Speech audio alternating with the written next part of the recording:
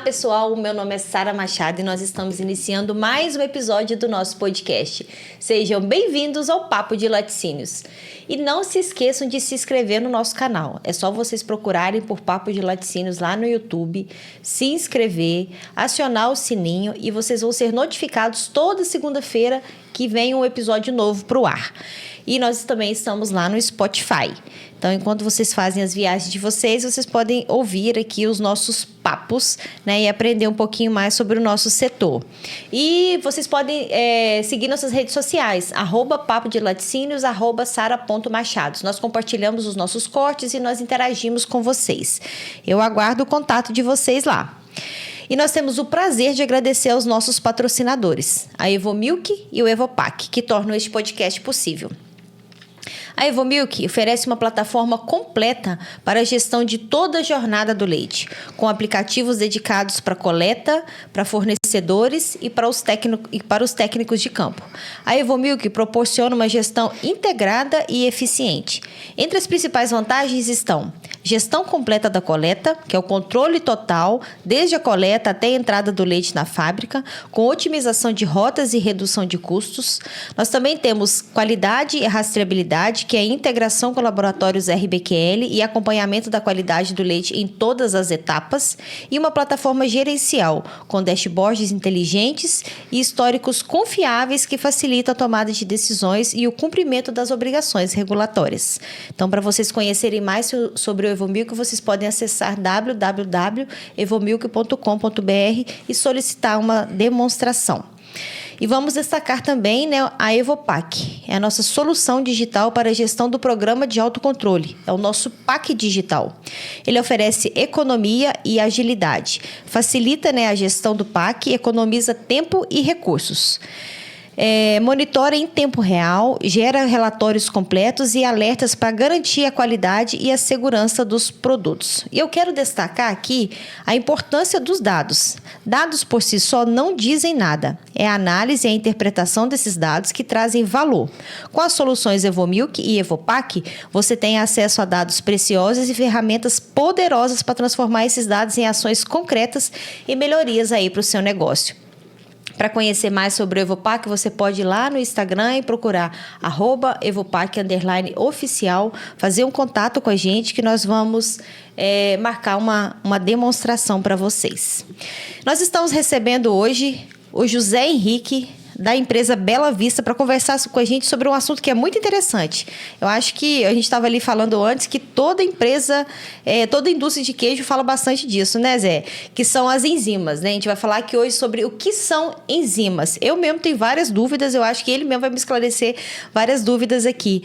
Ô, José Henrique, seja bem-vindo ao Papo de Laticínios. Muito obrigada pela sua disponibilidade. Só para vocês entenderem, ele chegou aqui, já deve ter 2 horas, a energia acabou, já aconteceu várias coisas e ele está aqui firme no propósito da gente gravar esse episódio, que vai ser muito legal, né, Zé? Com certeza, Sara. É um prazer estar aqui. A energia ficou um pouco ausente aí, mas nossa energia está lá em cima, né? É verdade. Muito bom estar aqui com vocês para a gente falar sobre esse assunto tão complexo, tão requisitado aí. As enzimas que estão aí desde indústrias farmacêuticas, na parte alimentícia, de panificação, de bebidas, na nossa área laticinista mesmo. Vai ser muito bom conversar com vocês aí sobre. E conta pra gente, antes da gente começar o nosso papo, conta pra gente quem é o José Henrique. Muito bem, Sara.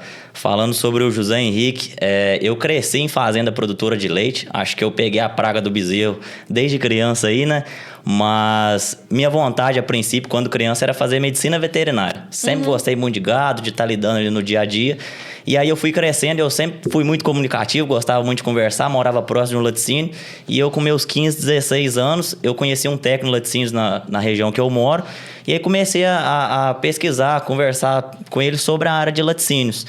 E aí o tempo passou, me formei no ensino médio, com 18 anos eu entrei nesse mesmo laticínio, ele já não estava mais. Trabalhei ali como auxiliar de embalagem e falei, eu vou fazer laticínios. Vou fazer porque uma área que eu gostava muito era política leiteira.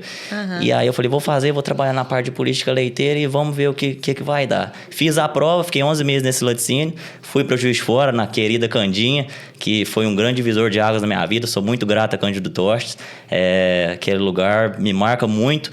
foi um grande divisor aí. E aí eu comecei a me apaixonar pela área comercial técnica, por essa questão mesmo de negociações, de vendas, de conversar, de consultorias. E aí eu me formei na Cândido Torres, trabalhei em laticínios, num laticínio do sul de Minas, fiquei lá por um ano. E aí tive esse contato com a Bela Vista e estamos aí hoje atendendo os laticínios aí no estado de São Paulo, de Minas, algumas outras regiões também. E é muito bom. E assim, vocês me acompanham muito aí por essas estradas laticinistas aí. Que legal, que legal. Bom, né? Bom que tem boas companhias, Nossa, né? demais. Eu falo que a gente fala de todos os assuntos. Então, para quem está envolvido no mundo do leite, a gente tem todos os assuntos com aqui. Certeza. Né? Bem, isso é a nossa intenção mesmo. Ô Zé, para explicar o que são enzimas, a gente está com cadeado aqui, uma chave em cima da mesa, gente. Né? Como é que chama essa marca aí? Pado, vamos ter Eu acho que a gente vai ter que pedir para Pado, vai né? Vai ter uma publi, alguma coisa. Vai ter que mandar, nem que seja um cadeado, vai ter que né? mandar O pessoal pelo manda queijo, manda doce para mim e falou, pode mandar um cadeado. Pode mandar um cadeado, né? Aí. Legal, mas vamos começar. Eu queria que você explicasse pra gente, né? Ao longo do episódio, né? A gente vai ter todas as explicações, mas eu queria que você começasse a definir pra gente o que são enzimas, né? Você estava até falando que você chega nos hotéis e o pessoal fica te perguntando, né? Você trabalha com enzima? Mas o que é isso, né? É de comer ou de passar no cabelo? É de tudo um pouquinho, né, Sara? Uhum. Então, para falar de enzimas, vamos revelar logo esse mistério aqui do cadeado? Vamos. Acho que é muito válido. Pessoal, a gente tá com esse cadeado aqui. Quem não tá assistindo, tá ouvindo. A gente tá com um cadeado. Quem tá no Spotify, né? A gente tá com um cadeado aqui da Pado. Aquele que a gente usa pra trancar o portão da casa da gente. Isso, pra trancar o portão, pra trancar a porteira do curral. Isso. Enfim. O tanque de leite? O tanque de leite. Esse aqui tinha bastante lá na fazenda. Mas enfim. Sara, você concorda comigo que a gente conseguiria abrir esse cadeado sem a chave, certo? Com uma serra. Com uma serra, esforçando, forte, mas né? a gente demandaria tempo e energia. Sim, Agora, se a gente tiver uma chave específica, a gente coloca e abre facilmente esse cadeado. Sim. É a mesma questão das enzimas. As enzimas que a gente chama de chave fechadura. As enzimas têm essa certa especificidade. Elas diminuem o tempo de reação, diminuem o gasto energético. Por isso que a gente trabalha com enzimas aí hoje para acelerar os processos, para dar um novo produto ali. Nosso grande Louis Pasteur, pai da pasteurização, meados do século XIX, viu que durante a fermentação de açúcar em álcool, havia algo que acelerava esses processos. Só que até então ele não tinha dado nome. E aí, em 1876, o cientista alemão William Kahn, ele pegou e determinou que aquilo seriam as enzimas. E hoje as enzimas são utilizadas aí amplamente, como nós já falamos, na indústria alimentícia, na indústria farmacêutica, para acelerar, para diminuir esse tempo de reação. Leite mesmo, por exemplo, poderia coagular naturalmente, só que a gente trabalha com enzima, que a gente vai falar bastante sobre, a gente vai acelerar esse processo. Então, basicamente, as enzimas são... A gente pode dizer que 99,999% são proteínas. Por isso que elas são sensíveis a pH e também a temperatura. Mas a gente tem ali uma certa parte das enzimas que são as ribozimas. Essas não são de origem proteica. Essas são enzimas do RNA, do ácido ribonucleico. Elas também aceleram e catalisam as reações ali que vão ocorrer. A gente vai ter uma aula aqui hoje, gente, né? Você viu que didática não falta no nosso convidado, né?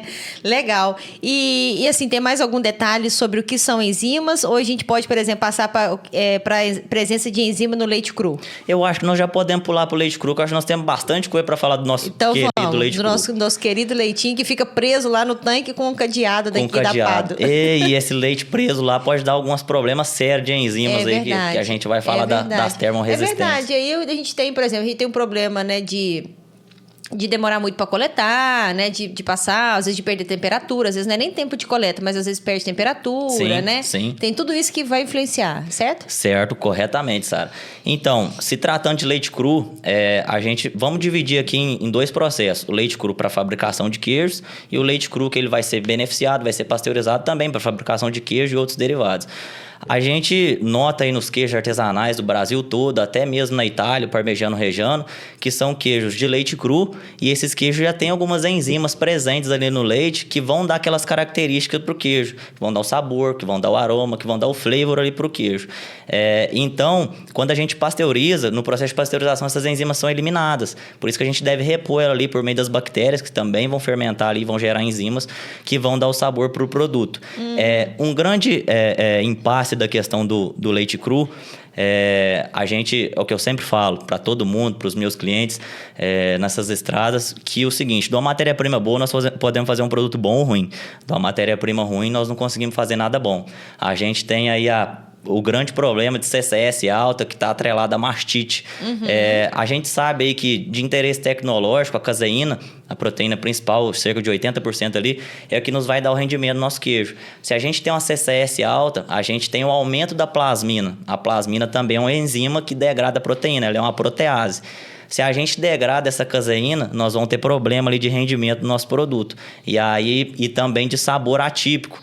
Porque a proteína, Sara, é como se fosse uma parede, uma cadeia de peptídeos, e esses peptídeos são formados por aminoácidos. Algumas frações peptídicas podem dar algum sabor amargo ali no queijo. Aí você parte um queijo com 2, 3 meses, você fez todo o processo certinho, e aí você vai avaliar o queijo. Não, mas esse queijo tá amargo, o que pode ser? Talvez é uma plasmina lá da sua matéria-prima, do seu leite cru, que estava com um problema. Então a gente deve sempre ter atenção em CCS alto, cuidar pré-dipping, pós-dipping, cuidado mesmo aí com o gado, para que a gente tenha uma matéria-prima boa para evitar o problema dessa enzima que é a plasmina. E olha só, pessoal, ele não é técnico de campo, não veio da política leiteira, ele até teve esse desejo, mas o tanto que é legal, Zé, a gente vê vocês, né, da indústria, né, dos ingredientes, dos insumos, destacando como é importante os cuidados, né, de saúde do úber, né, de evitar mastite, igual você falou do pré-dip, do pós-dip, de manutenção de ordeia, né, Exato. Os cuidados básicos. É engraçado que da impressão assim, antes, né, eu acho que a gente estava mais desconectado, sabe? Acho que os setores estavam mais desconectados. Mas a gente vê cada dia mais as coisas conectadas, né? O Eduardo veio aqui, falou com a gente, né? Um professor, né, inclusive lá da... Sim, foi meu professor. Da Cândido Toste, e ele destacou muito isso, né? Falando da importância de todo o caminho que o leite percorre até chegar para poder virar um queijo, né? Então, assim, é uma responsabilidade muito grande do laticínios cuidar de todo o processo, né? Ter essa responsabilidade lá no úbere da vaca, orientar a parte educativa, saúde e tal e tudo mais, mas não adianta, né? Se você não cuidar da matéria-prima desde a origem mesmo, desde que o leite saiu não, né? Desde o leite do úbere da vaca até da saúde da vaca, você não vai ter um produto bom. Com certeza. Né? E eu acho legal demais vocês falarem disso. Não, com certeza. Porque a gente tem esse problema no Brasil, né? A gente tem que abraçar isso e a gente precisa juntar o setor inteiro e todas as empresas para a gente falar assim, olha, o que é o nosso problema? CCS, né? Os últimos relatórios nossos não são positivos, né, em relação a CCS, que o mapa divulgou. Então, a gente precisa de arregaçar nossas mangas e realmente bater em cima disso para a gente ajudar, porque o produtor toma prejuízo e a indústria também toma muito prejuízo. Exatamente. Né? E tudo que o que a gente sempre fala nessa área nossa de laticínios, tudo é balanço de massa nessa área. O que entra tem que sair lá. A gente tem proteína, gordura, os principais constituintes do leite, de interesse seja para fabricação de queijo, seja para iogurte, seja para manteiga. Então, se a gente tem uma matéria-prima ali com uma plasmina, por exemplo, algumas outras enzimas que nós vamos conversar também, nós vamos ter problema depois nos produtos finais. E que a gente consiga hoje aqui mesmo, Sara, nesse podcast, fazer uma imersão. Que quem está ouvindo, quem está assistindo, imagine desde a síntese do leite, desde a ação das enzimas, lá no alimento animal, até a mesa do consumidor, até o processo de maturação. Até mesmo para a indústria, né? Para quem está ali na indústria, lidando com todo o processo produtivo, né? De industrialização do leite, na transformação do queijo, que essas pessoas estejam mais envolvidas no processo, que elas participem mais da política leiteira, do controle da qualidade do leite no campo, né? Para poder falar assim, olha só, até mesmo para poder... para as equipes se posicionarem melhor diante das diretorias, né, da parte administrativa, dos tomadores de decisão, para falar assim, olha, a gente precisa de matéria-prima boa. Exato. Né? Não adianta chegar leite ruim aqui, porque por mais que vocês estejam um monte de ingredientes bons, que tem um monte de empresas que tem um monte de ingredientes bons, mas se tiver um leite ruim, você não faz milagre, o outro não faz milagre, eu não faço milagre. Não existe um milagre, igual você falou, não existe queijo bom com leite ruim. Leite ruim, né? Exatamente. Não existe insumo nem ingrediente nenhum que vai mudar essa realidade. Exatamente, né? Sara. Então, a gente precisa de unir mesmo, né? De fortalecer e de mostrar pro cara que tá lá. Às vezes, o queijeiro, né? Ele precisa falar assim, não, né? Deixa eu ir lá conversar com o técnico de campo e falar com ele. Cara, né? Me ajuda, porque senão eu não consigo fabricar aqui direito, Exatamente. Não. Você que teve na fábrica, você... Eu sempre ressalto que o cliente às vezes fala, nossa, Zé, fiz tudo certinho, usei X de ingrediente tal, fermento tal, tal, e não deu certo. Falei, como é que tá essa matéria-prima? Como é que tá essa matéria-prima? Então a gente tem que sempre ressaltar as fazendas. E assim, os pagamentos por qualidade, um incentivo mesmo, Sara, porque eu acho que se paga, você fazer uma boa higienização, você fazer todos esses processos aí de ordenha, de saúde animal, tudo, a gente sabe que se paga, que vai dar um retorno muito bom pro produtor, pro laticínio, para todo mundo que vai consumir esse produto aí. É verdade mesmo. Eu falo que a qualidade do leite, ela tem que ser, né, tratada como... É igual um bebê. Exatamente, igual, né, tem que ser cuidada mesmo todos os dias ali. Qualquer deslize seu é perigoso, né? Porque eu falo assim, é um animal, a vaca é um ser vivo, vulnerável, né, ali, frágil. Sim. Mas seja um animal robusto, mas é frágil, né? O úbere dela é frágil. Então, assim, tem que tomar os cuidados para garantir, né? Não é fácil, ninguém tá falando aqui que é fácil. Mas a gente não pode esquecer disso em nenhum momento, sabe? Só ressaltando aqui essa importância. Eu falo que a gente estava, antes da gente entrar aqui, né, falando, a gente já gravou mais de 100 episódios e vários desses episódios a gente trouxe qualidade do leite, trouxe técnicos bons, trouxe boas pessoas para falar disso aqui. Primeiro que é um assunto que eu adoro. Sim. Eu falo que qualidade do leite é uma das minhas paixões, mas é porque a gente sabe o quanto que a gente tem que bater nisso, entendeu? Com certeza. A gente tem que diminuir esse gargalo nosso, né, dentro do setor. Mas eu te interrompi sobre o leite, enzimas do leite cru. Quais são, o que mais que a gente tem, né, sobre o nosso leite cru? Basicamente, as enzimas do leite cru, a gente pode destacar aí as lipases e as proteases, que já são presentes no leite cru, que pode contribuir no processo de maturação de queijos artesanais. E tem aí também a fosfatase e a peroxidase. É interessante ressaltar essas, porque no nosso laticínio, lá no disco do pasteurizador, a gente marca a temperatura. Mas o fiscal sempre vai cobrar, mas e a fosfatase e a peroxidase? Onde a fosfatase sempre deve dar negativa e a peroxidase positiva. Eu até acho que aqui na região, como é muito quente, Sara, eu acho que essa fosfatase já sai até negativa, porque esse calorão que tá fazendo... No mês de setembro, porque a temperatura de pasteurização está em torno ali de 72, 75 graus. Nessa temperatura, a fosfatase ela é desnaturada. Como a gente está falando de enzima, Sara, e está falando de proteína, em temperaturas mais elevadas elas são desnaturadas, elas se perdem. Então a fosfatase é negativa. A peroxidase é um pouco mais resistente, e aí ela vai se manter positiva. Já no leite UHT, por exemplo, a gente tem as duas ali negativas. Então são duas enzimas interessantes para o nosso controle ali de análise de eficiência da pasteurização do leite. Sim. Mas só para eu entender melhor, então assim, para uma pessoa que faz um queijo de leite cru, o que a gente está trabalhando tem um monte de trabalho, né, para poder conseguir fazer isso. O pessoal, acho que é o Emater, não sei, né, tem trabalhado para conseguir, né, liberar, né. Sim. Mas primeiro garantir que realmente a vaca está com saúde, né, com tudo em dia. Mas que diferença que tem em relação à enzima de um queijo para leite cru e um queijo para um queijo de leite pasteurizado, por exemplo. Então, a lipase ela é um grande fator nessa questão do leite cru, porque ela é presente ali. Vamos pegar, por exemplo, um parmegiano reggiano, um queijo italiano. A gente vê que eles são queijos picantes. A gordura do leite ela é formada por um glicerol com 3 moléculas de ácido gráfico, que é o que a gente fala de triacilglicerol. Essas moléculas, a lipase vai agir ali e vai desprender aquele pedaço que vai conferir esse sabor picante. Quando a gente pasteuriza o leite, a gente perde essa lipase e aí a gente precisa repor ela. Tem produtos no mercado, a lipase de cordeiro ela é muito específica nessa parte. A gente viu, como a gente falou da chave mais cedo, a especificidade. As enzimas elas não podem aí quebrar qualquer ligação. Se eu quebro uma ligação errada ali do triacilglicerol, da gordura do leite, eu posso dar o que a gente fala de ranço lipolítico, dar um sabor rançoso ali no queijo, no produto. Então a gente precisa de uma enzima assertiva. Aí eu reponho depois da minha pasteurização a lipase de cordeiro, que ela vai conferir essa picância que eu teria se eu tivesse trabalhado com o leite cru. Ah, sim. Então, você pasteuriza para garantir, mas porque tem a legislação, mas você consegue repor para você conseguir o mesmo sabor que você teria de um leite cru. Exatamente. Obviamente, o leite cru, Sara, e das regiões, ele tem tudo que a gente fala do terroir, né? É a característica do local, do gado, de tudo. E, assim, da característica do pingo, do soro fermento que trabalha, eles também carregam algumas enzimas que vai dar essa particularidade no queijo. Mas, falando os parmesão, que a gente...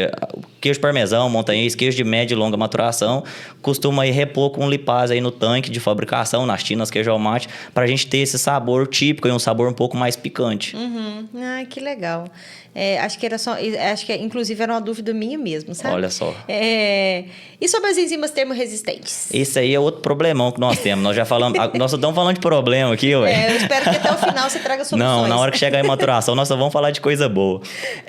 As termorresistentes, Sara, com o advento advento do resfriamento do leite, nós tivemos aí uma facilidade mesmo da gente poder estocar o leite hoje, levar ele para o laticínio amanhã e trabalhar com ele depois de amanhã. Mas, porém, todavia, entretanto, tudo tem o bônus e o ônus.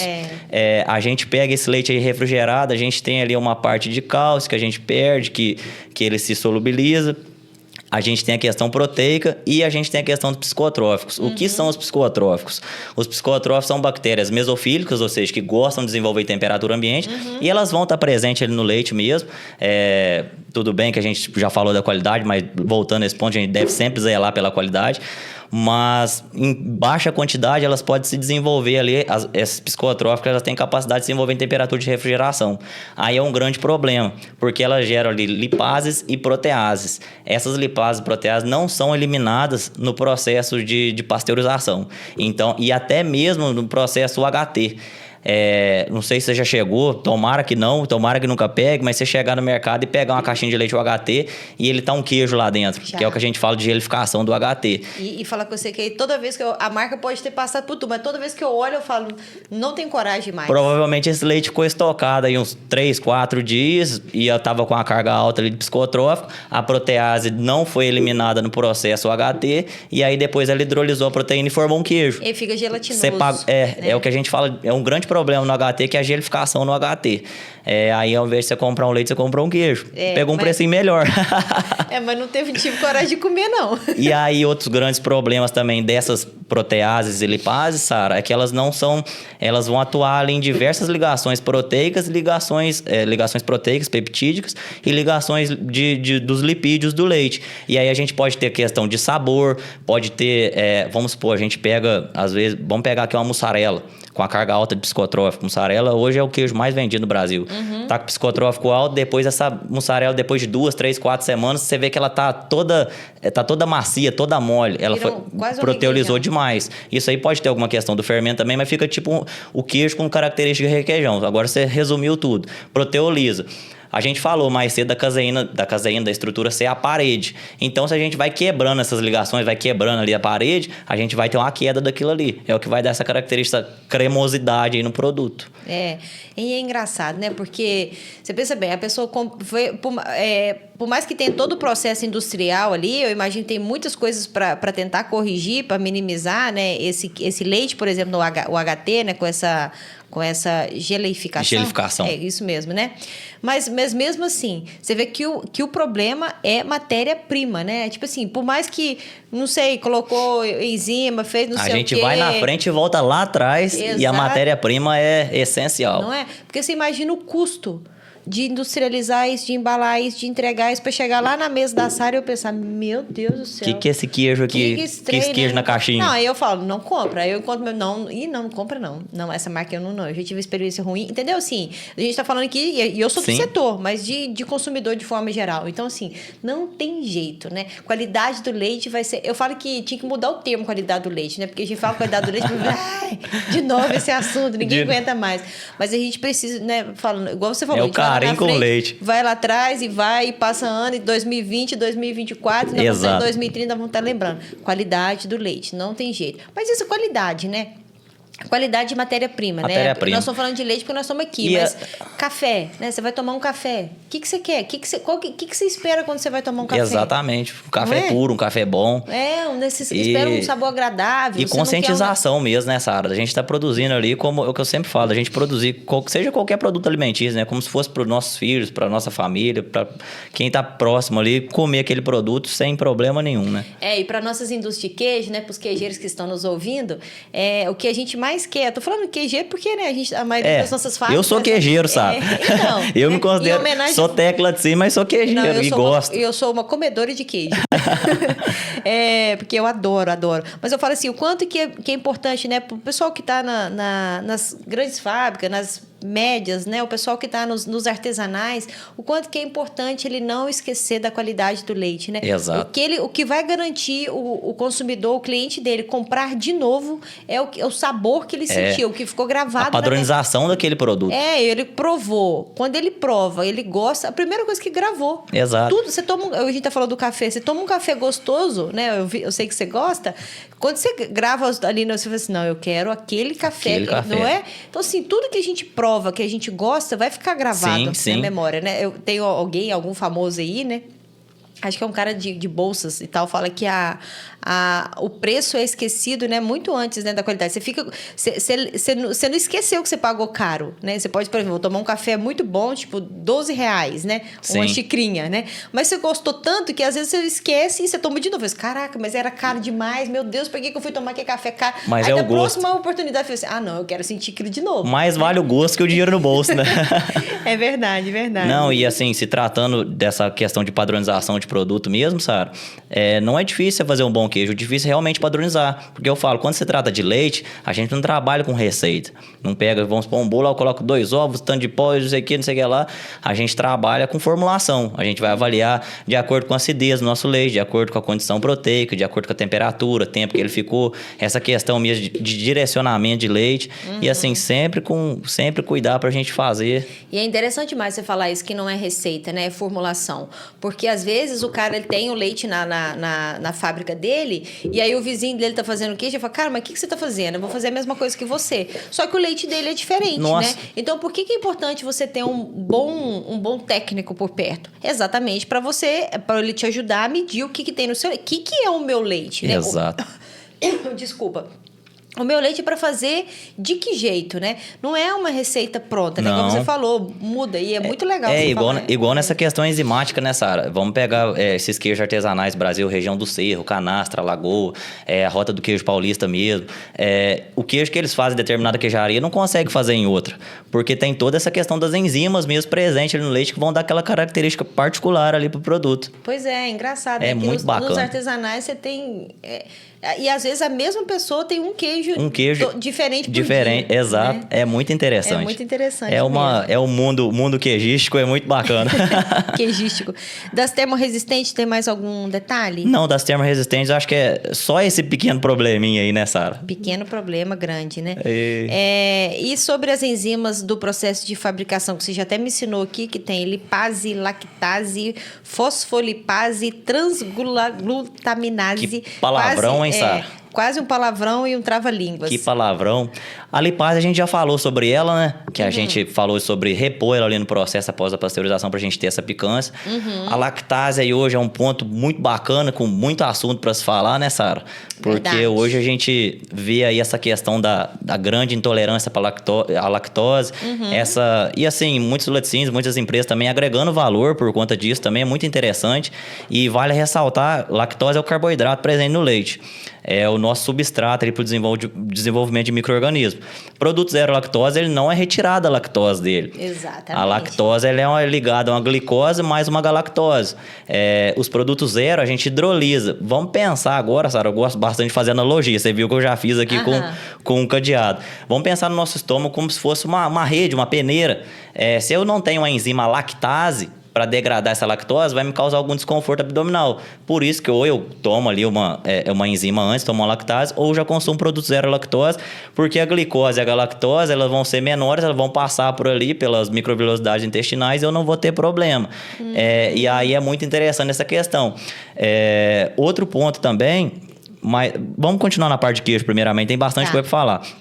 Quando a gente trabalha com produto zero lactose, muitas vezes a gente vê o cliente falando, nossa, tô fazendo meu queijo aqui, meu Minas Frescal, e eu gosto de colocar ele na chapa e ele tá escurecendo mais que o normal. Agora nós temos 2 açúcares redutores, que é o que a gente fala de reação de Maillard em produtos lácteos. No doce de leite é um exemplo disso, nós vamos falar um pouquinho também. Vamos. Agora no queijo eu falo sempre pro cliente, ele vai escurecer mais mesmo porque antes você tinha só a lactose redutora, agora você tem 2 açúcares redutores, você vai dobrar a sua reação, ele tende a escurecer mais. Então vale ressaltar esse ponto aí também. Mas só voltando rapidinho no queijo, né? Até mesmo para algum consumidor que tenha dúvida, né? A gente tem, mas os queijos mais maturados, eles têm menos lactose. Isso, exatamente. As bactérias, como eu disse, a lactose é o substrato de desenvolvimento das bactérias. Elas vão consumir aquela lactose e vão gerar o ácido lático.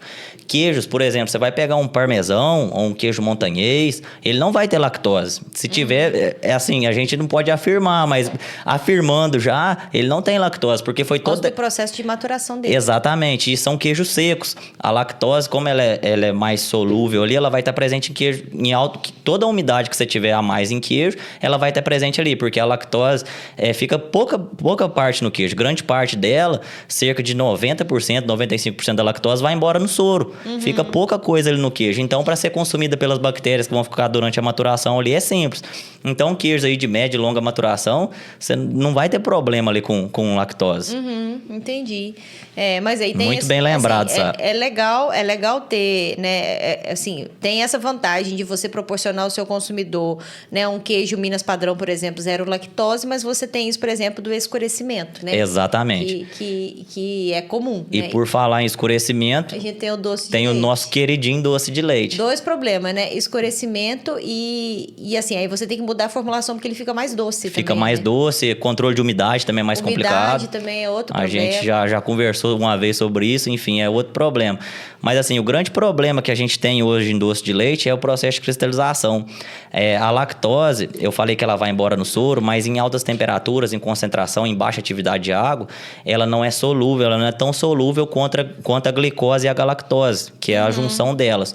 Então, no doce de leite, se a gente não tiver ali um tratamento ou com lactose micronizada para formar pequenos cristais, ou com a própria lactase, que é o que o pessoal utiliza muito hoje, a gente vai ter problema de cristalização. Mas só que, como você falou de escurecimento, tem que ser uma hidrólise muito bem controlada. Quando eu falo hidrólise, é a quebra do componente. E lembrando que, por exemplo, às vezes o pessoal usa em doce de leite não só para ser 0 lactose, mas para resolver o problema de cristalização. Grande parte hoje usa para esse processo de cristalização. Tanto que tem vários doces que a gente conhece que não estão escritos lá 0 lactose, mas eles têm lactase por causa da cristalização. Geralmente a gente hidrolisa ali cerca de 22, 25, 23, 25% ali da lactose, porque a gente diminui ela, vai formar os cristais, mas serão menos cristais e imperceptíveis. Mas a gente tem que tomar sempre esse cuidado. A gente sempre faz a conta da crioscopia final, menos a inicial, tem uma fórmula que a gente faz para saber a porcentagem de hidrólise. Já aconteceu mesmo de eu fazer alguns testes, hidrolisar demais e o doce ficou padrão argentino. Ficou da cor da cortina aqui, sabe? Falei, nossa, fizemos um doce de leite argentino aqui hoje.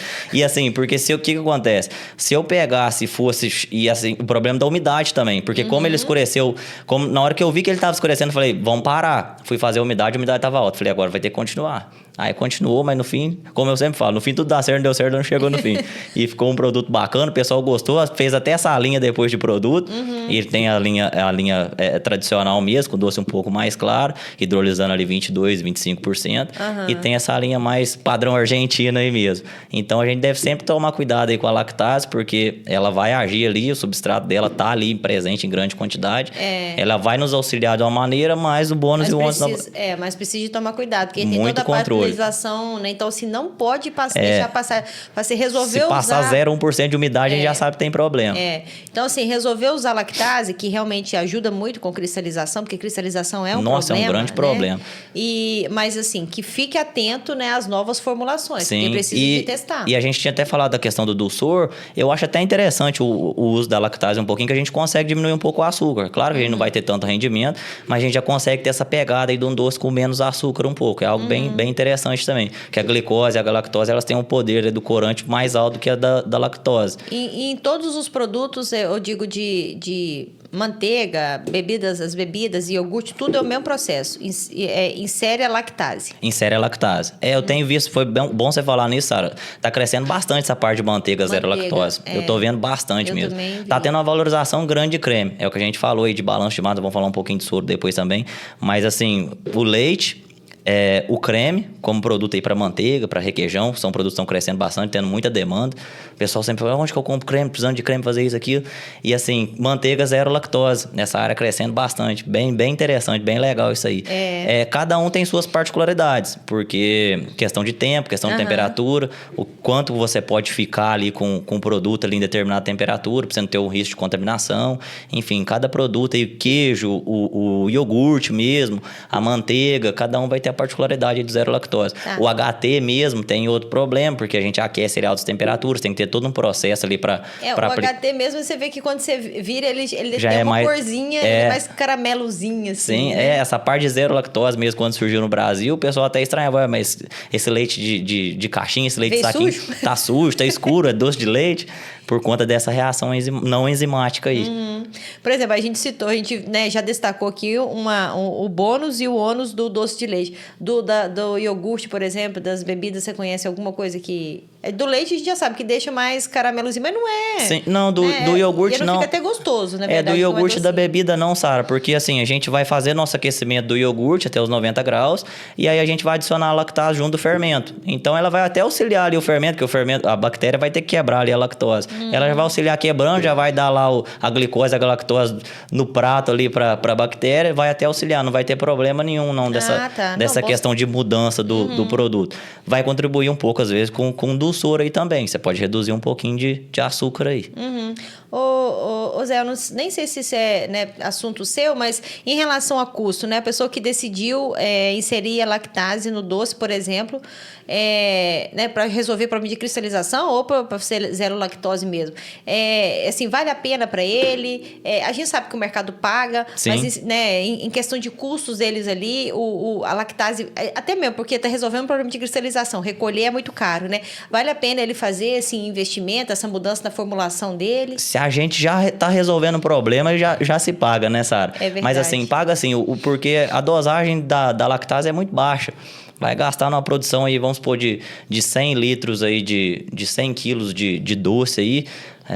Agora você até me pegou, tinha que fazer os cálculos. Mas você não vai gastar aí R$20 de lactase. Não gasta isso. Gasta no máximo uns R$10. Então, para fracionar ali, né? Quando ele está fracionando para pagar... Para pagar não fica coisa de centavos ali, mas se paga. Se paga. E tem essa questão dos produtos zero lactose também agregar valor, né, Sara? Sim. No doce de leite, essa resolução do problema de cristalização. Eu nem sei se daqui a pouco vai ter produto normal, mas não, porque, né? O pessoal hoje tá... Não, eu, por exemplo, intuitivamente, eu já vou lá e já penso zero lactose, entendeu? Assim, já vou pegando tudo zero lactose. Hoje em dia tá muito zero lactose mesmo no mercado. Você nem olha pro outro e fala assim, nem vou. Manteiga zero lactose, tudo vou levar o zero lactose. Vamos levando zero. Mas é porque eu tenho um pouco de problema. Mas assim, você já fica, né? As pessoas não é possível, Sara. Tem intolerância? Tenho. É mesmo? Nem podia falar isso aqui no podcast, mas eu como assim não, mesmo. mas se você come, não tem problema não. Eu sempre falo. Se tiver intolerância, eu trago até um litro de lactase aqui pra você. Verdade. Eu já tomei os comprimidinhos pra poder ajudar. Mesmo? Sempre tem lá em casa. Porque eu falei, não dá, né? Não dá. Ficar produto lácteo não Produto lácteo não dá pra ficar sem, não. Verdade. Mas isso é umidade. À medida que você vai ficar mais velho, vai aparecer no trem todo dia. E assim, tá aumentando muito, Sara. Porque isso aí é questão genética mesmo, né? O corpo vai adaptando. Nossos antepassados consumiam muito leite. Desde criança, ele crescia ali debaixo da vaca. Hoje em dia, o ser humano não tá tendo tanto consumindo tanto leite. E aí já vai consumindo, às vezes, os jovens já crescem consumindo produto zero lactose. Aí quando precisa comer algum produto com lactose... talvez tenha algum desconforto. É verdade. E aí tem a fosfolipase e a transglutaminase. Transglutaminase. Meu Deus do céu. Ainda bem que não é o nome da minha filha, né? Não vai chamar isso, porque senão eu já ia falar errado. Mas e sobre elas? Sara, vou falar de um assunto que todo mundo gosta, que é o rendimento, né? Que é o dinheiro no bolso. Isso aí é muito interessante. E essas duas enzimas, Sara, tem surgido no mercado, está tendo muito estudo em cima sobre. É algo que está inovando muito o mercado lácteo, porque, como eu disse, o creme hoje tem uma demanda muito grande. Então, se eu consigo retirar o creme de algum produto ali, retirar a gordura do leite, mais do que eu retirava para aproveitar para um creme de leite, para uma manteiga, para um requeijão, e mesmo assim naquele leite eu consegui o mesmo resultado, o mesmo rendimento, isso é muito interessante. A fosfolipase, Sara, ela é uma enzima que age bem nessa questão. Ela, como o próprio nome dela já diz, ela é uma enzima obtida de fungos, de fermentação fúngica. Ela vai agir no fosfolipídio do leite. E esse fosfolipídio, de maneira bioquímica, vai criar uma interação entre a caseína, que é a principal proteína, e a gordura. Então, se eu posso tirar um pouco mais de gordura, com aquela gordura retida, vamos pensar novamente na proteína como uma rede. A gordura ela é um componente que vai tampar aquelas entradas ali para reter mais umidade. Rendimento está muito atrelado à umidade também. E aí a gente vai conseguir, com menos gordura, ter o mesmo rendimento que a gente teria trabalhando, às vezes, com queijo, que eu preciso trabalhar com, vamos supor, uma mussarela, trabalhar com 2,8. Eu posso trabalhar, às vezes, com 2,5, 2,6. Eu ganhei 0,3% de gordura. É muita coisa. E assim, com a mesma característica final, com a questão de extrato seco final do produto, gesso, umidade, tudo normal e com as mesmas funcionalidades. Já a transglutaminase, ela eu acho muito inovadora, muito interessante, porque ela era obtida de mamíferos. E assim, para ser obtida de mamíferos, você tem um grande problema aí por questão de tempo, de dinheiro, de investimento mesmo. Hoje elas já são obtidas por bactérias, por micro-organismos. E aí a transglutaminase ela age de uma outra maneira. Ela age na glutamina e na lisina presente na capa caseína, que é a proteína estabilizadora ali da caseína, que a gente tem capa, alfa e beta. Ela que estabiliza, que faz com que a proteína fique em dispersão coloidal no leite, que o leite não fique cheio com grumos, precipitado. Ela vai agir e ela vai formar uma rede melhor ali proteica. Ela vai dar o que a gente brinca na área, né? Os químicos não gostam muito não, que o cálcio é como se fosse o cimento. E aí seria a transglutaminase também esse cimento para ligar mais as proteínas. E assim, tanto com a fosfolipase, tanto com a transglutaminase, tem sido feito estudos, Sara, alguns artigos muito interessantes, mostrando um apontamento de um rendimento de 3 a 7%. É muita coisa no produto final. E mantendo as mesmas características do produto final, funcionalidade, tipo mussarela, por exemplo. Sempre falo da mussarela, por questão de funcionalidade, de derretimento, de fatiabilidade, essas coisas todas. E a transglutaminase tem um grande ponto para se ressaltar nela na questão de fermentados, na utilização em iogurtes e bebidas lácteas. A gente vê que ela tem essa propriedade muito boa de estabilização aí desses produtos, de iogurte e de bebidas lácteas. É algo aí também para ser ressaltado em iogurte desnatado, bebidas lácteas. A gente já tem menos matriz proteica, tem menos extrato seco ali mesmo, base láctea, então a gente precisa de algo para repor. E aí diminui um pouco essa questão de estabilizante, amido, goma, gelatina, que são basicamente o que é utilizado aí nesses produtos. A gente tem essa opção aí da transglutaminase. Eu já fiz alguns trabalhos nas semanas passadas aí com a transglutaminase, gostei muito do resultado, fiz em Minas Frescal, gostei bastante. Quero fazer agora em fermentados, ainda não fiz, mas o que eu tenho estudado, essas enzimas estão vindo para inovar. E agora, antes tinha muita, porque já tem aí uns... Sara, eu tô 6 anos na área, acredito que tem uns 4 anos por aí, 4, 5 anos já vem falando da fosfolipase. A transglutaminase é mais nova um pouco. E assim, tinha muito essa questão do embate, mas e a questão da legislação? Pode ou não utilizar? Agora já saiu algumas portarias aí autorizando a utilização dessas enzimas. Então elas vêm para contribuir bastante com o setor lácteo, para a gente ter ali o que a gente fala do balanço de massa. Mais queijo, tendo creme ali e tendo nosso soro depois apto para ser... para secagem, para concentração, essas coisas. E fazendo mais com menos. Esse é o que a gente deseja, né? Zé, e antes da gente ir para a gente falar de coagulação, não sei se você tem mais alguma coisa para falar sobre essas duas enzimas, mas o Brasil produz enzimas? O que vocês vendem produzido no Brasil, como é que funciona a indústria das enzimas? Aqui no Brasil são produzidas algumas enzimas, parte de panificação, a parte de farmácias. A gente extrai as enzimas lá, que eu vou falar na hora dos coalhos, que são de origem bovina. A gente tem extração do estômago do tá. Então você vai citar vou falar dois, um pouquinho aqui da parte de extração enzimática aí. Tá.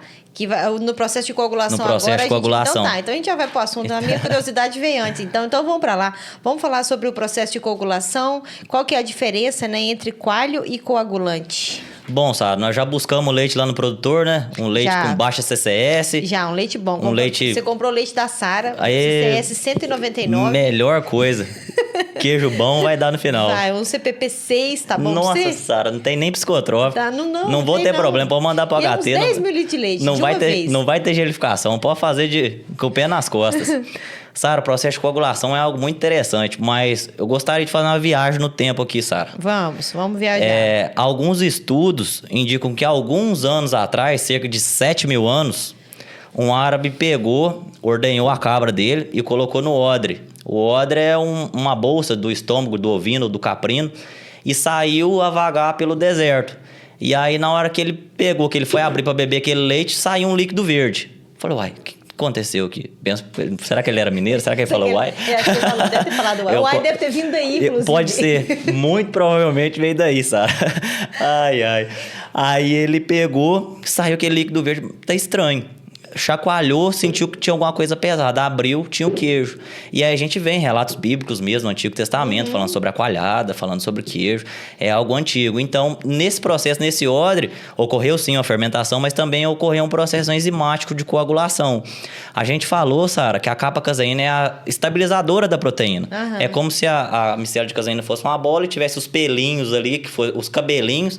A capa-caseína ela tem 169 aminoácidos. E na ligação 105, 106 é onde ocorre a clivagem, a hidrólise ali, para a gente pegar e coagular. Tanto é que a gente tem ali, na hora que a gente adiciona o coagulante, a gente tem a fase primária, que é onde vai dar aquele ali, ainda vai estar líquido, leite, cerca de 15 minutos. Depois ele vai passar, vai mudar para estado gel e depois a gente tem a coagulação final. Vai depender do tipo de queijo. Um queijo que eu quero secar mais, eu não vou deixar ele coagular por tanto tempo para eu quebrar mais. Mas vamos lá falar sobre o coalho, o coagulante, e eu queria falar do cardo aqui também. Do quê? O cardo. Cardo? Já ouviu falar do cardo? O cardo, só cardo de feijão, Então, cardo de... Isso aí eu sempre falo nas minhas palestras, que aqui em Minas nós temos o cardo. O cardo é o cardo de feijão, o cardo de couve, o cardo de cana. Cardo verde, um cardo de mandioca, é só isso que eu conheço. O cardo, Sara, é uma planta, mais especificamente uma flor, que é usada no queijo Serra da Estrela em Portugal. E ele é muito proteolítico. Ele destrói a parede toda. Ele destrói toda a proteína ali. E o queijo com aquela textura, com aquela característica de requeijão. Então, o cardo é uma enzima também, é um coagulante obtido de uma planta que ele é muito proteolítico. Então, a gente tem coalho, coagulante e cardo. E o cardo. Deixa eu até anotar aqui, então, que eu achei legal demais isso. Bem bacana. Depois é uma flor bonita. É? E tem muito... o pessoal sempre pergunta do laticínio, Zé, eu quero fazer um queijo aqui que tem que ficar igual um requeijão. Onde que eu arrumo o cardo? O pessoal tem muita procura do cardo mesmo aqui. Então, mas como é que a gente faz aqui no Brasil com o cardo? Eu acho que aqui não dá legal, Sara. Eu acho que aqui o clima não é propício, não dá sabe? Pra gente começar a plantar cardo, eu já pensei nessa possibilidade de abrir uma empresa de cardo aí. Eu acho que vai ser cardo de cana só mesmo, cardo de feijão. Ai. Mas sobre essa diferença você explicou. E a importância disso na produção de queijos? O cardo é para dar essa característica do queijo Serra da Estrela, que é essa característica bem proteolizada que a gente fala, bem cremoso. Mas esse povo que tá fazendo esse monte de queijo cremoso agora, como é que eles conseguem essa cremosidade? Aí nós vamos chegar na maturação. Tá. Então, desculpa, eu tô atropelando toda hora. Sem problema. Mas também a gente vai falar aí do coalho agora, Sara. O coalho também interfere bastante nessa questão. O coalho ele é estritamente de origem bovina, seja do bovino adulto ou do vitelo. O coalho bovino ele tem cerca de 80% de pepsina e 20% de quimosina. A quimosina é uma enzima mais específica, Sara. Ela confere o melhor rendimento do produto. A pepsina ela é um pouco mais proteolítica, mas ela contribui nessa questão. Você lembra que eu falei que quando a gente quebra em algumas determinadas ligações, na questão do sabor, na questão da textura mesmo do queijo, então é interessante. E o coalho do vitelo, ele é o contrário. Ele tem 80% quimosina e 20% pepsina. É um coalho muito utilizado em queijo parmesão, por exemplo, porque o pessoal quer que essas enzimas contribuam durante o processo de maturação. Aí eu vou deixar para na hora que a gente chegar no processo de maturação a gente falar. Mas assim, os coalhos, Sara, são muito utilizados em queijarias. Porque além de todo o terroir que a gente falou, do leite, da propriedade, do pingo, do soro fermento, os coalhos bovinos também, a pepsina, vai contribuir nessa questão de sabor aí do produto final. Já os coagulantes, eles são obtidos... Tem as proteases ácidas, que são obtidas de fermentação fúngica, e também as quimosinas puras, que são obtidas de micro-organismos geneticamente modificados. Essas proteases similares à quimosina, Sara, elas são muito interessantes para quando se faz salga no leite. Tem muitos laticínios que não quero salgar o meu frescal em salmoura, por algum problema, por logística mesmo, quero salgar meu leite e dar continuidade. A quimosina ela é mais sensível a esse sal no leite. As enzimas, Sara, a gente já falou, elas são muito sensíveis a pH, a temperatura, alguns ingredientes como sal. A gente falando novamente, voltamos lá atrás de novo, Sara, infelizmente. Falando sobre matéria-prima, antibiótico também, presença de antibiótico no leite vai atrapalhar nosso processo de coagulação. A gente não vai ter uma ação enzimática. Bom demais você tocar nesse assunto aí. Antibiótico é um problema. Nós temos 3 problemas principais com antibiótico. Saúde do nosso consumidor, principal. Tem gente seríssima, saúde pública. A gente tem esse problema aí do processo de coagulação, vai atrapalhar nosso coagulante, seja ele coalho, seja ele coagulante. E a gente tem um problema de fermentação. O antibiótico vai eliminar a bactéria. E grande parte dos queijos tem bactérias ali presentes que precisam fermentar para gerar o ácido lático, para dar o sabor, para dar o aroma. Então, o antibiótico é o inimigo grande aí das enzimas. Por isso que a gente fala, é melhor fazer pré-dip, pós-dip, da manutenção da ordenha, dar treinamento para os seus... para os seus vaqueiros, né? Exatamente. Dar treinamento para as equipes ordenhadoras, do que você precisar de usar antibiótico, de chegar antibiótico no laticínios e você passar por tudo isso aí que você acabou de citar, sem contar o problema de saúde pública que a gente, né, acaba ficando envolvido nele e a gente não quer de jeito nenhum. O antibiótico é um então, grande... a gente volta lá de novo para poder falar de qualidade do leite, saúde do úbrio, de cuidado com o animal. Voltamos de novo. Voltamos no mesmo assunto. Mas como é o leite da Sara, não tem problema não. Esse aí não tem antibiótico, tá isento. Não tem não, né? Tá bacana. Tá todo mundo lá treinadinho, organizadinho. Sim. Pode continuar comprando leite. Então tá, graças a Deus. Eu vou negociar que o preço. Que todos sejam assim. Vamos incentivar esse leite aí, essa propriedade. Vamos. E a questão também do que... Geralmente a gente dilui o coagulante em alguma água. Seja uma água... O ideal é que seja uma água destilada ou pasteurizada. Porque o cloro também é um grande inimigo aí da nossa enzima. Ele vai atrapalhar o processo ali. Outro ponto também, Sara, como eu falei de pH, assim, a gente tem que pensar que quando se trata de queijo, se trata de um filho, a gente tem que ter paciência. Seja na lipase, a gente não vai colocar... O pessoal às vezes quer, não, vou colocar lipase no meu queijo hoje e aí amanhã já vai estar com sabor picante. Não, a gente tem que esperar. Falando até da lipase, até me lembrei de um ponto dessa questão de especificidade, acho que é legal abrir essa aspas aqui. A lipase tem um cliente nosso, a gente trabalha com pepsina suína para análise de trichinella em frigoríficos. E aí esse cliente de frigorífico me ligou, Zé, como é que eu faço para aplicar essa lipase aqui para eu pegar e para eu limpar aqui minha parte de gordura? Falei, não, meu amigo, a lipase ela é muito específica, ela vai dar sabor no queijo, mas ela não vai eliminar a gordura, porque tem muitos detergentes enzimáticos hoje. A gente vê, por exemplo, no soro que a gente retira, concentração de soro, a limpeza das membranas são limpezas enzimáticas, com lipase, com protease que vão degradar. Falei, não mexe com isso aí, não põe lipase não, que você vai jogar dinheiro fora, você vai perder. Então, as enzimas têm essas especificidades. E aí, como eu disse aí do coagulante, a gente tem que tomar muito cuidado com o que a gente dilui ali para não ter problema no nosso processo de coagulação. Se tratando de pH, coalho, coagulante, ele prefere um pH ligeiramente mais baixo. Por isso que é importante, Sara, a gente ter o que a gente chama de pré-maturação do fermento. Muitos querem adicionar o fermento, adicionar o coagulante, já fermentar e a mussarela dar ponto antes de cortar. Aí a gente deve sempre ressaltar, porque quando a gente tem ali uma elevação, pelo menos 2 graus do orníquel de acidez do leite, a gente também tem uma eficiência melhor da enzima. Então a gente pode usar menos enzima, consequentemente vamos ter menos gasto e vamos ter uma melhor eficiência da enzima ali no final. Então todos esses pontos aí, pH, temperatura, atentar a temperatura, não posso coagular o leite com temperatura muito alta, acima de 42, 45, porque como ela é uma proteína de estrutura terciária. Eu gosto de sempre falar desse negócio de estrutura terciária, é o seguinte, vamos pensar num cabelo enrolado mesmo. Mulher, às vezes, vai fazer uma chapinha, quando a gente esquenta, a gente está alisando aquele cabelo, a gente está desnaturando aquela proteína ali.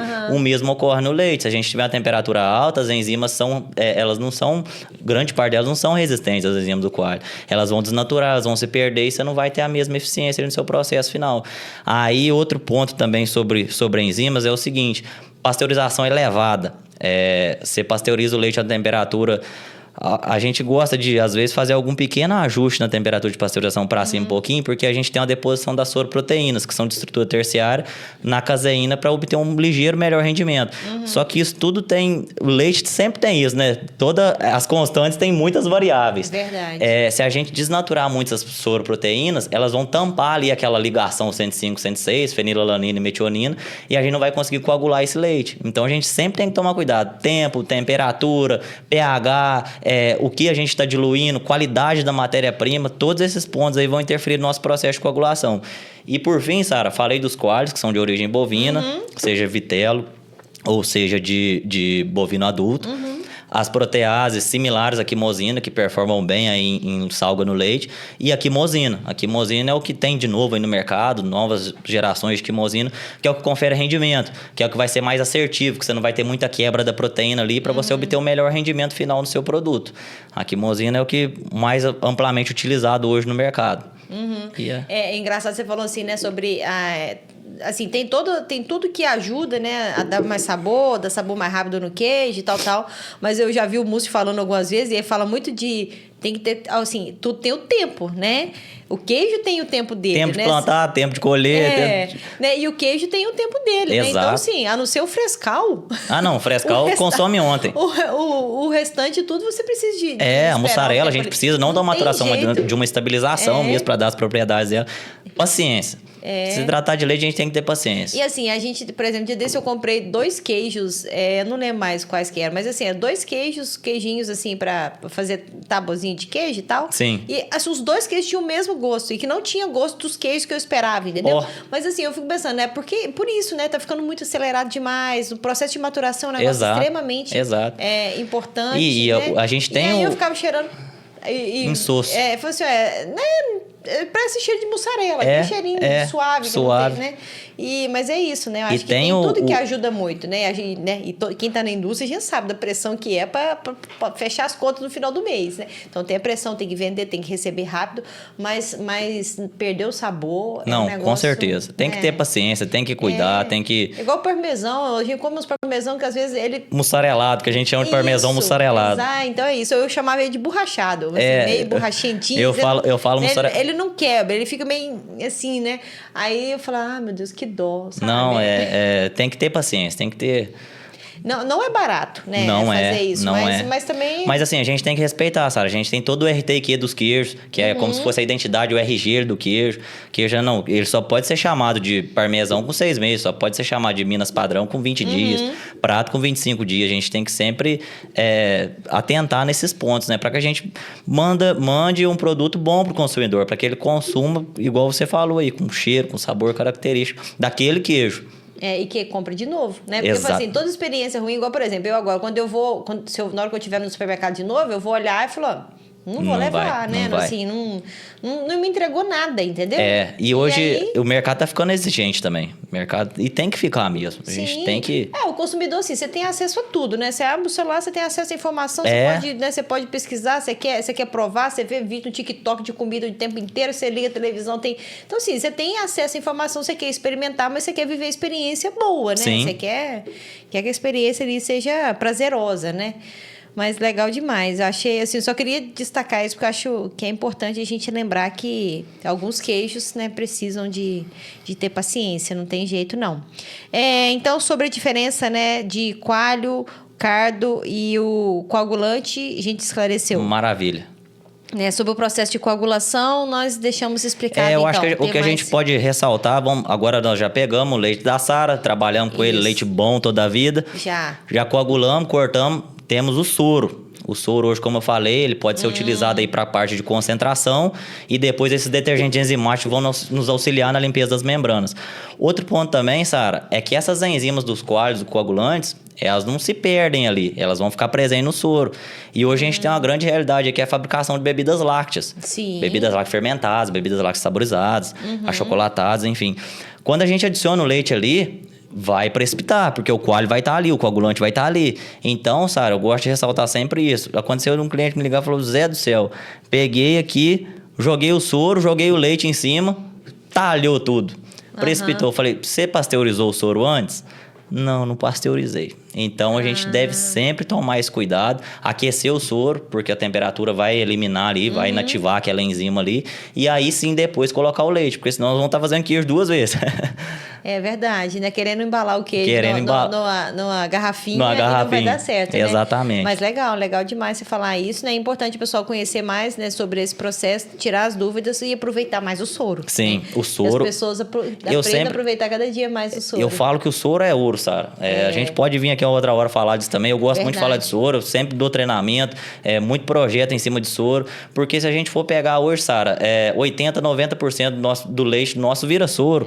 Então a gente tem que... E assim, a gente sabe que o tratamento desse produto é inviável. Então a gente tem que aproveitar...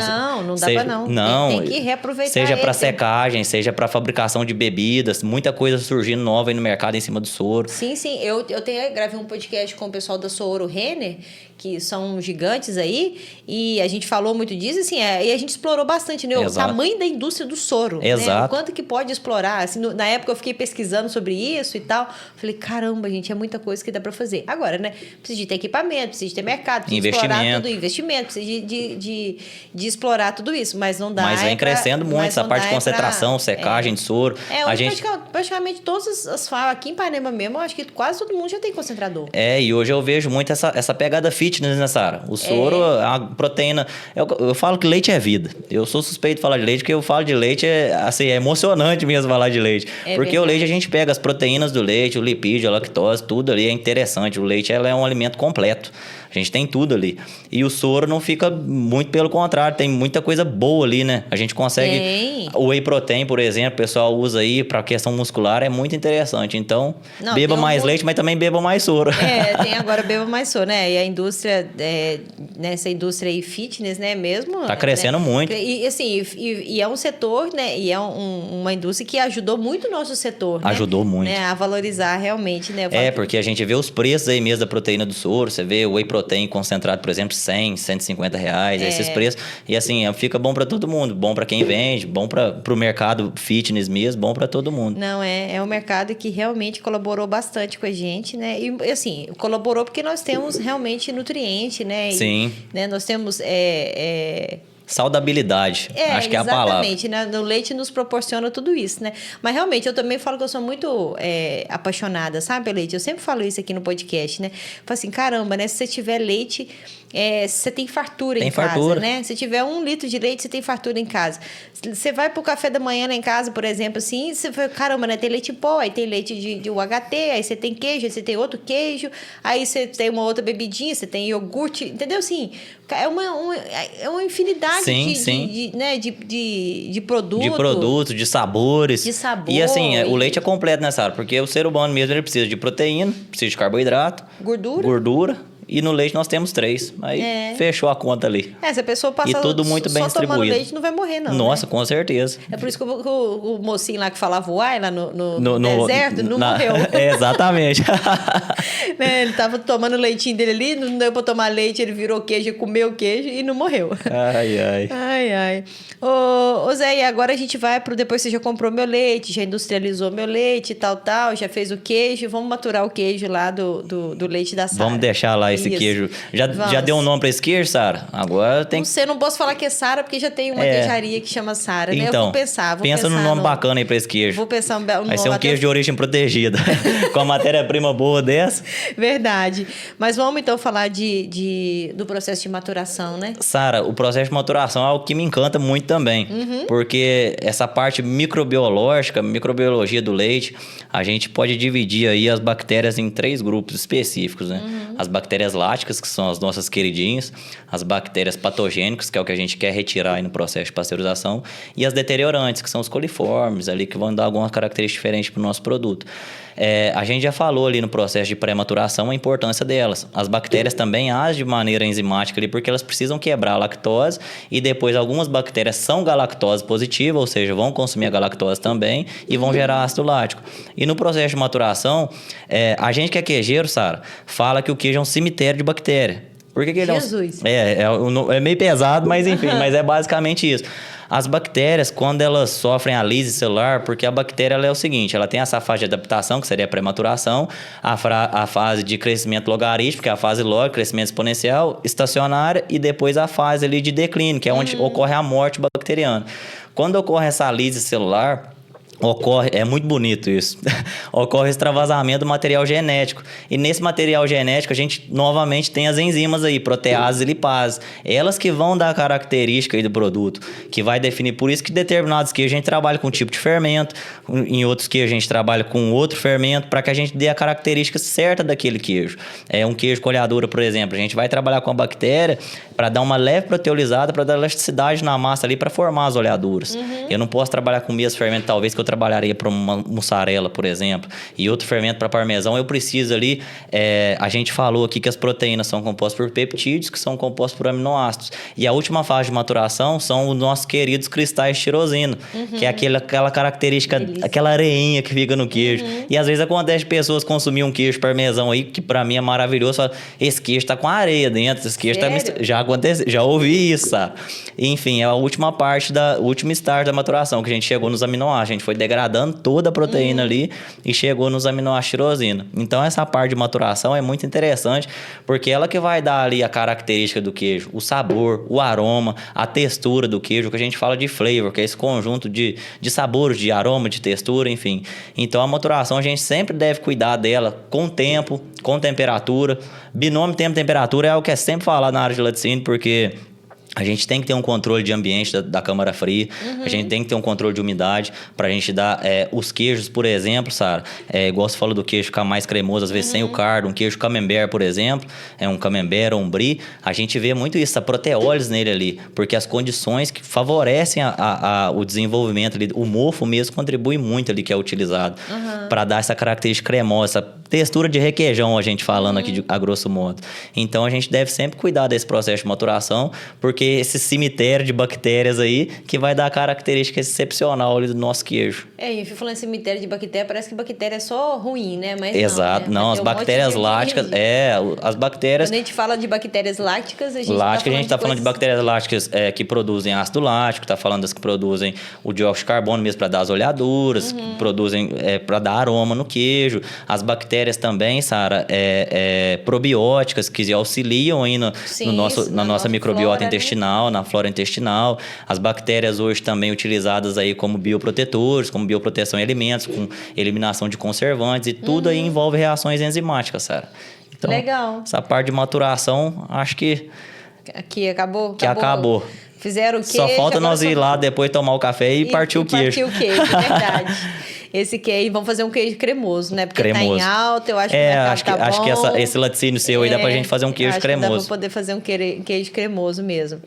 Ô Zé, tem mais algum detalhe? Deixa eu até ver aqui do outro lado da minha folhinha, do que eu tinha anotado. Não, é maturação mesmo, lactase e tal. Mas tem mais alguma coisa que você tá lembrando que eu esqueci de anotar aqui? Sara, eu acho que a parte de enzimas a gente explorou bastante. Foi uma verdadeira aula de enzima que você deu aqui, Zé. Bacana, fico feliz. Foi mesmo.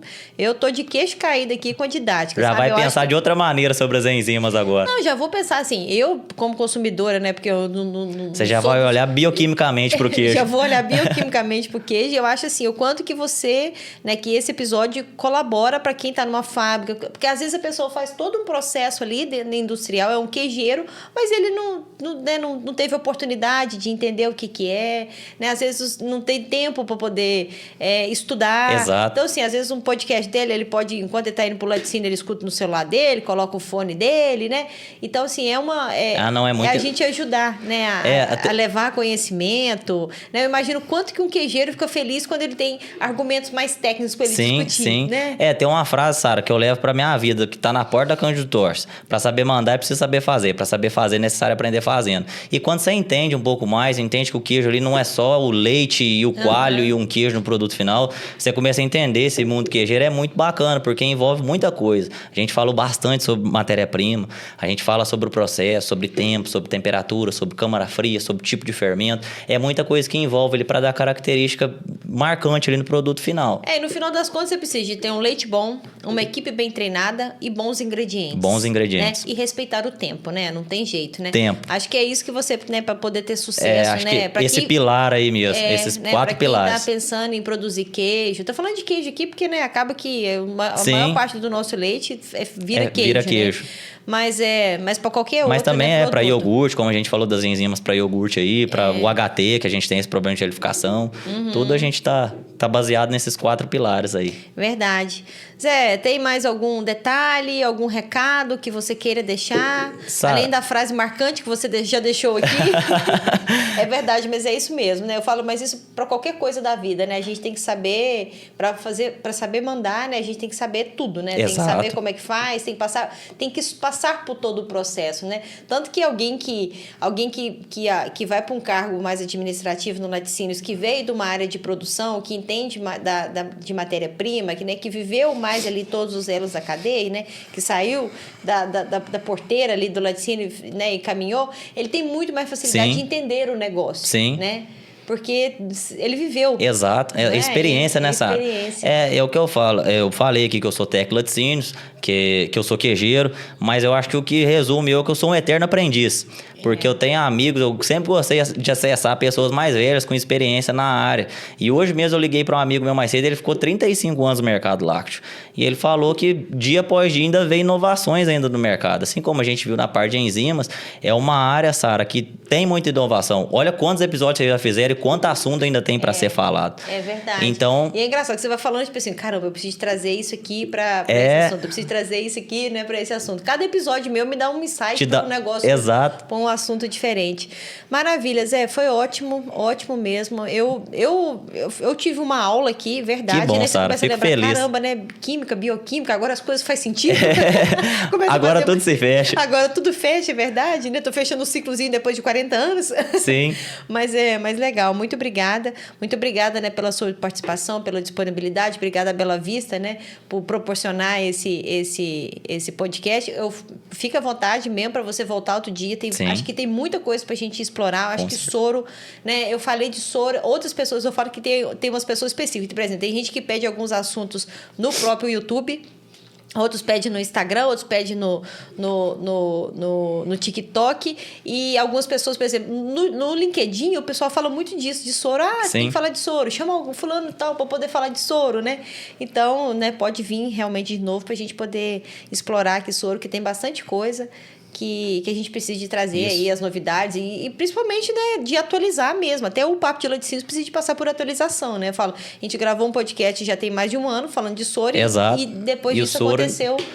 igual a questão da transglutaminase que eu falei. Vou fazer uma aplicação em soro lá agora, em fermentados, e vamos ver, dependendo... Isso, depois você vem aqui contar pra gente. Com certeza. Pra ver como é que vai ser. Agradeço, Sara, estar aqui com vocês. Parabenizo vocês. Eu já te disse, mas repetindo, vocês me acompanham muito por essas estradas laticinistas. A gente relembra alguma coisa, a gente se atualiza, a gente vê muita coisa nova. É muito bom estar aqui no Papo de Laticínios. Vocês estão de parabéns mesmo. Obrigada. Ô Zé, para quem quiser acompanhar vocês nas redes sociais, onde que o pessoal acha vocês? Eu falo na rede social porque é onde que o pessoal acha mais fácil, né? Sim. Vai lá, segue, manda um direct e pronto, entrou em contato. Vocês podem nos encontrar no LinkedIn, Bela Vista Produtos Enzimáticos, ou no Instagram, Bela Vista, @grupo Bela Vista, Grupo BV. Lá no Instagram da Bela Vista eu posto algumas caixinhas de perguntas lá também, eu gosto dessa parte, interagir com o pessoal.